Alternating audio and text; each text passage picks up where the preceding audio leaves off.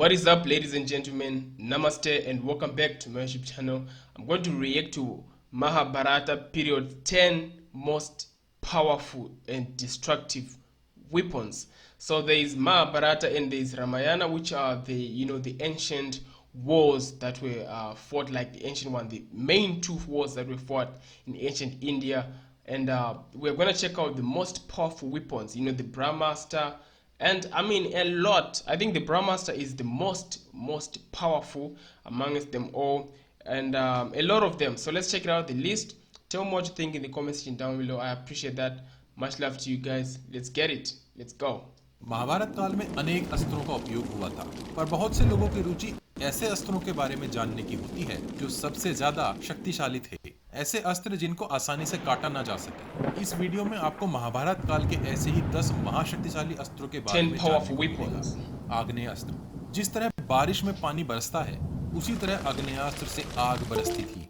इसे चलाने वाला इससे उत्पन्न होने वाली अग्नि की मात्रा को नियंत्रित कर सकता था। यह अस्त्र लगभग हर योद्धा के पास था, क्योंकि इसे आसानी से मंत्र सिद्ध करके प्राप्त किया जा सकता था। इंद्रास्त्र। इंद्र को पृथ्वी पर आकाश से मिलने वाली शक्तियों का स्वामी समझा जाता है। इंद्रास्त्र के प्रयोग करने से आकाश में असंख्य तीरों की वर्षा होने लगती थी। इंद्रास्त्र और इंद्र के वज्र को कभी कभी एक ही समझा जाता है, पर यह काफी भिन्न है।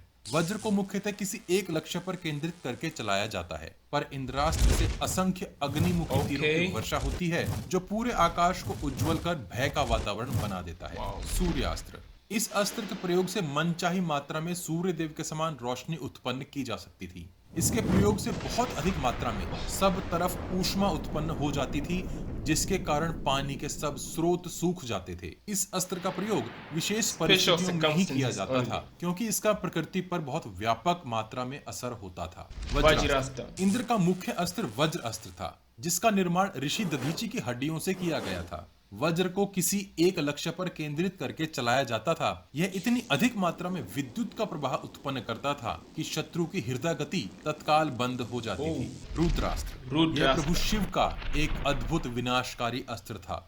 जब भी इस अस्त्र का आह्वान किया जाता था, तब 11 रुद्रों की ताकत इसमें आकर समा जाती थी। इसके आह्वान मात्र से शत्रु सेना में भगदड़ मच जाती थी। रुद्रास्त्र भयंकर आंधी और वर्षा को मिलाकर एक ऐसा तूफान बनाता था जो हजारों दुश्मनों को एक साथ मार देता था। नारायणास्त्र। नारायणास्त्र भगवान विष्णु का एक विशेष अस्त्र है।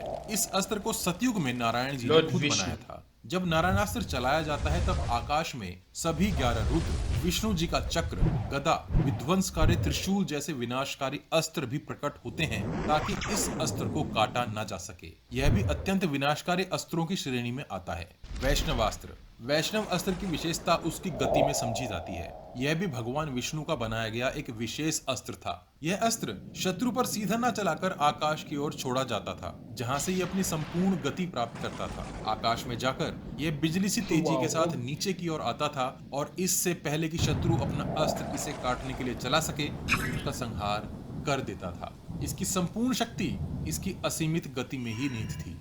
ब्रह्मशिरा अस्त्र। यह अस्त्र ब्रह्मास्त्र का ही एक परिष्कृत रूप था। यह एक ऐसा अस्त्र था जिसकी शक्ति किसी भी भौतिक पदार्थ में उत्पन्न की जा सकती थी, चाहे वो घास का एक तिनका ही क्यों न हो, और वह एक अस्त्र बन जाता था। जब इस अस्त्र का आह्वान किया जाता था, तब आकाश में भयंकर बिजली कड़कने लगती थी। सब तरफ भय का वातावरण बन जाता था। पूरा आकाश इसके शोर से भर जाता था। ऐसा कहा जाता है कि पेड़ और पर्वत तक डोलने लगते थे। इस अस्त्र में देवों तक को समाप्त करने की भीषण शक्ति या वसावी शक्ति। वसावी इंद्र का ही एक नाम है। इस अस्त्र का ही एक रूप इंद्र का वज्र अस्त्र है, पर वसावी शक्ति की ताकत वज्र से कम समझी जाती है।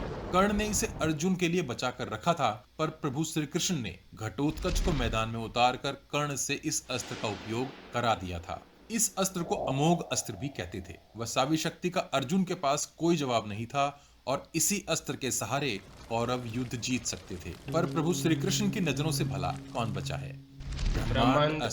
ब्रह्मास्त्र, ब्रह्मशिरा अस्त्र और ब्रह्मांड अस्त्र इन तीनों अस्त्रों में से ब्रह्मांड अस्त्र सबसे ज्यादा विध्वंसक अस्त्र था। जिस तरह ब्रह्मास्त्र की नोक पर ब्रह्मा जी का एक सर प्रकट होता है, उसी तरह ब्रह्मशिरा अस्त्र, जो ब्रह्मास्त्र का ही एक परिष्कृत रूप है, उसकी नोक पर ब्रह्मा जी के 4 सर प्रकट होते हैं। ब्रह्मांड अस्त्र भी इसी कड़ी में बना अगला परिष्कृत रूप है। उसकी नोक पर ब्रह्मा जी के 5 सर प्रकट होते हैं। यह अस्त्र एक रक्षात्मक अस्त्र की तरह उपयोग किया जाता है, जिसकी शक्ति किसी भी अस्त्र को पीछे धकेल सकती है। अगर इस अस्त्र की ताकत को विराट रूप में प्रकट किया जाए तो न सिर्फ पृथ्वी बल्कि पूरे सौर मंडल तक को ध्वस्त कर सकता है।